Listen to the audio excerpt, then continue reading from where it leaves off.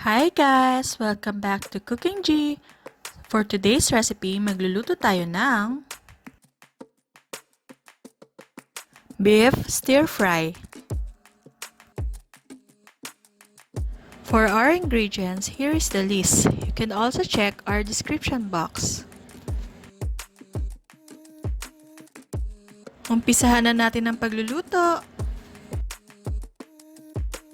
Season the beef with ground black pepper and mix it well.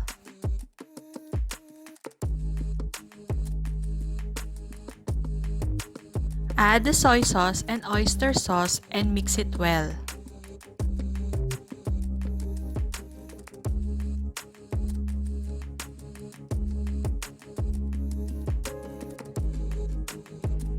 Add cornstarch.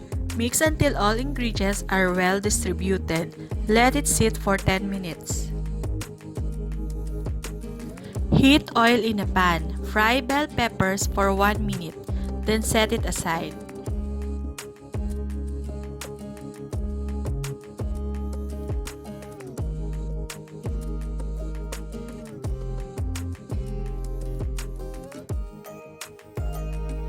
Using the remaining oil, stir-fry marinated beef until it starts to brown and the beef is tender.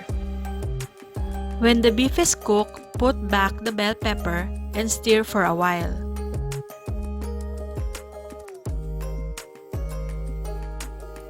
Luto na! Share it with your family and loved ones.